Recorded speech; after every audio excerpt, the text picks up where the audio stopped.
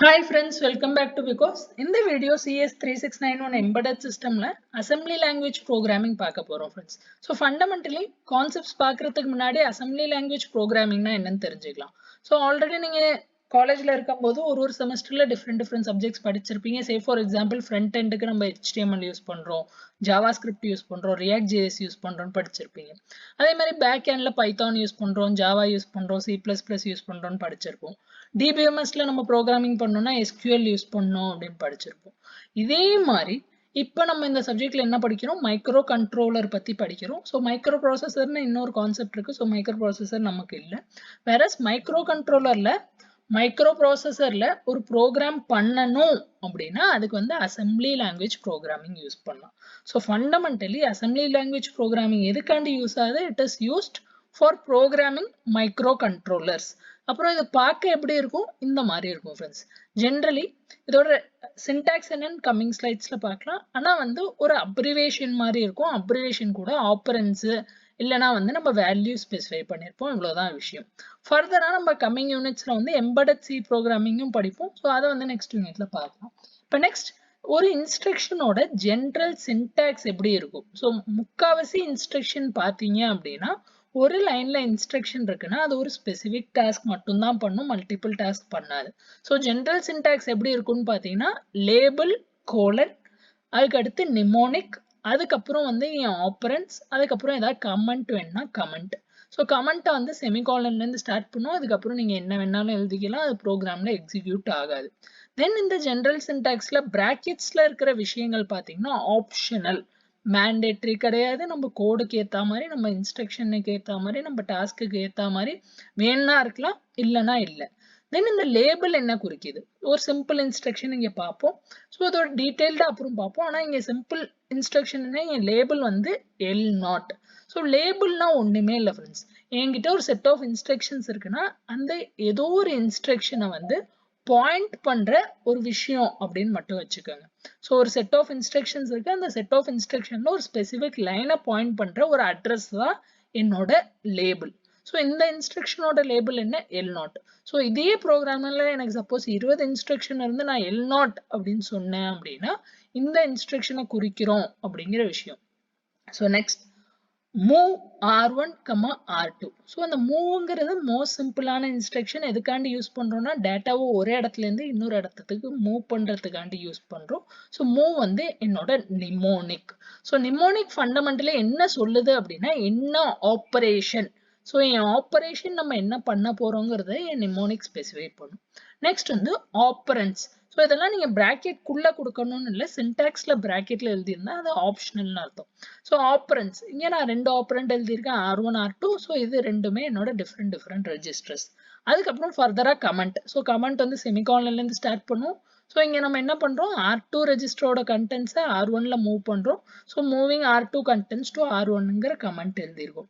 So இவ்வளோதான் friends general syntax. So எந்த instruction நீங்கள் பார்த்தாலும் இந்த சின்டாக்ஸ் தான் ஃபாலோ ஆகும், இதை தவிர புதுசா எதுவும் இருக்காது. ஸோ இதுல இன்னொரு முக்கியமான விஷயம் என்னன்னா என்கிட்ட இருக்கிற செட் ஆஃப் ரெஜிஸ்டர்ஸ்ல அக்யூமுலேட்டர்னு ஒரு ரெஜிஸ்டர் இருக்கு. ஸோ இந்த சப்ஜெக்ட் முடியாத வரையும் அக்யூமுலேட்டர் உங்களை விட்டு போவே போகாது, எங்க போனாலும் துரத்தி வந்துகிட்டே இருக்கும். ஸோ இந்த அக்யூமுலேட்டர் ரெஜிஸ்டர் என்னன்னு பார்த்தீங்கன்னா it is nothing but a temporary storage. So இதுவுமே சிம்பிள் டேர்ம்ஸ்ல ஒரு ரெஜிஸ்டர் தான், புதுசா ஒண்ணுமே கிடையாது. It is also A register. ஆனா முக்கியமான விஷயம் என்ன அப்படின்னு பார்த்தீங்கன்னா ரொம்ப குரூஷியலான ரெஜிஸ்டர்னு வச்சுக்கலாம். இப்போ ஒரு கிளாஸ்ல 40 ஸ்டூடெண்ட் இருக்கீங்கன்னா 40 பேருமே ஸ்டூடெண்ட் தான். ஆனா அந்த கிளாஸ் ரெப்ரசன்டேட்டிவ்னு ஒருத்தர் இருப்பான். அப்போ இப்போ டீச்சருக்கு என்ன வேணாலும் சரி, நோட் கரெக்ஷன், அசைன்மெண்ட்ஸ் கரெக்ஷன் எல்லாத்துக்குமே அந்த ரெப்ரசன்டேட்டிவ் தான் கூப்பிடுவாங்க. அதே மாதிரி இந்த அக்யூமுலேட்டரும் it is nothing but a type of register. ஆனா என்ன வகையான நான் லாஜிக்கல் ஆப்ரேஷன், அரித்மெட்டிக் ஆப்ரேஷன், என்ன ஆப்ரேஷன் நான் பண்ணாலும் யாரை நம்ம கூப்பிடுவோம்னா அக்யூமுலேட்டரை கூப்பிடுவோம். இவ்வளவு மட்டும் ஞாபகம் வச்சுக்கோங்க போதும். நெக்ஸ்ட் வந்து இன்ஸ்ட்ரக்ஷன் பை இன்ஸ்ட்ரக்ஷன் பார்க்கலாம். ஃபர்ஸ்ட் வந்து move instruction. So move instruction எதுக்காண்டி யூஸ் ஆகுது, ஒரு டேட்டாவை ஒரு பாயிண்ட்லேருந்து இன்னொரு பாயிண்ட்டுக்கு மூவ் பண்ண யூஸ் ஆகுது. இதோட ஜென்ரல் சின்டாக்ஸ் பார்த்தீங்கன்னா இப்படி இருக்கும். So move of destination comma source. So எங்கே நான் கொண்டு போய் டேட்டாவை போட போகிறேன் அது ஃபர்ஸ்ட் கொடுத்துருப்போம் ஃபர்ஸ்ட் ஆப்பரண்டா. எங்கேருந்து நான் டேட்டாவை காப்பி பண்ண போகிறேன் அதை வந்து செகண்ட் ஆப்பரண்டா கொடுத்துருப்போம் சோர்ஸ். ஸோ இப்போ எக்ஸாம்பிள் 1 பார்க்கலாம். Move R1, A. ஏன்னு எங்கெல்லாம் ஸ்பெசிஃபை பண்ணியிருக்காங்களோ A means your accumulator. So இதில் நம்ம என்ன குறிக்கிறோம் அப்படின்னா, இப்போ ஒரு சிம்பிள் எக்ஸாம்பிள் எடுத்துக்கலாம். என் அக்யூமுலேட்டர் ரெஜிஸ்டரில் 5ங்கிற வேல்யூ இருக்கு. ஓகே, ஸோ இங்கே என்ன கொடுத்துருக்காங்க, அக்யூமுலேட்டர் ரெஜிஸ்டரில் இருக்கிற வேல்யூவை காப்பி பண்ணி R1 ரெஜிஸ்டரில் போடுன்னு சொல்லிடுறாங்க. ஸோ R1 ரெஜிஸ்டரில் ப்ரீவியஸாக மேபி எதாவது இருக்கலாம், இல்லாமையும் இருக்கலாம், எம்டியாக இருக்கலாம், எம்டியாக இல்லாமல் கூட இருக்கலாம், அதை பற்றி எனக்கு கவலை இல்லை.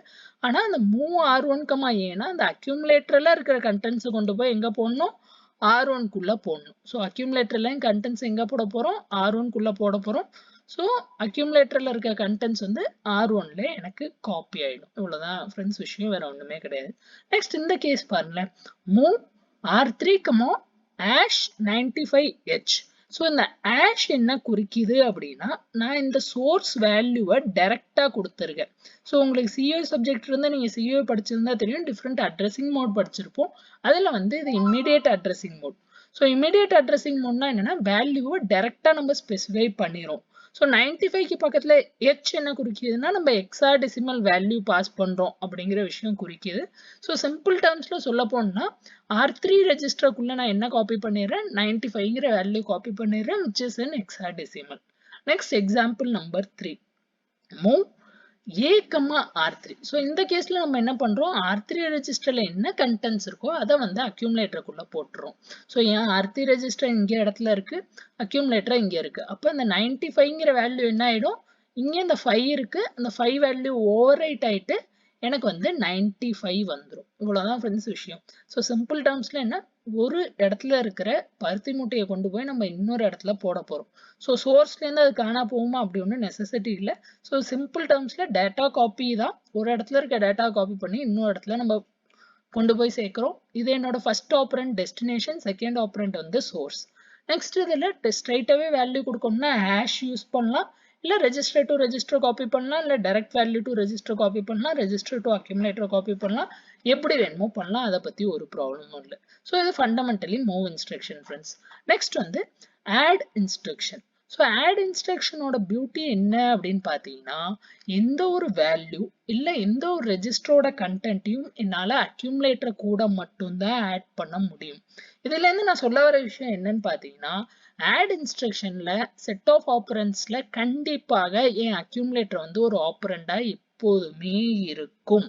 ஸோ இதோட ஜென்ரல் சின்டாக்ஸ் என்ன, ஆட் ஆஃப் A, SRC. இதோட அர்த்தம் என்னன்னு பார்த்தீங்கன்னா, என் அக்யூமுலேட்டர்ல என்ன கண்டென்ட்ஸ் இருக்கோ அக்யூமுலேட்டர் வேல்யூ, அதுக்கப்புறம் என் சோர்ஸ் ரெஜிஸ்டர்ல என்ன வேல்யூ இருக்கோ சோர்ஸ் ரெஜிஸ்டர் வேல்யூ, இது ரெண்டுத்தையும் ஆட் பண்ணி நான் ரிசல்ட்டை எங்கே ஸ்டோர் பண்ணுறேன், என் அக்யூமுலேட்டரில் ஸ்டோர் பண்ணுறேன். இவ்வளோதான் அர்த்தம், வேறு ஒன்றுமே கிடையாது.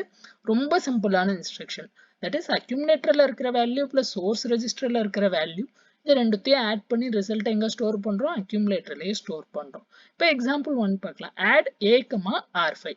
ஸோ ஒரு சிம்பிள் எக்ஸாம்பிள் எடுத்துக்கலாம். என் அக்யூமுலேட்டருக்குள்ளே 5 இருக்குது, என் ரெஜிஸ்டர் R5குள்ளே 10 இருக்கு. அப்போ இந்த இன்ஸ்ட்ரக்ஷன் என்ன பண்ணும், ஆட் A, R5. இந்த ரெண்டு வேல்யூவும் ஆட் பண்ணி ரிசல்ட் எங்க ஸ்டோர் பண்ணும், ஏக்குள்ள ஸ்டோர் பண்ணும்.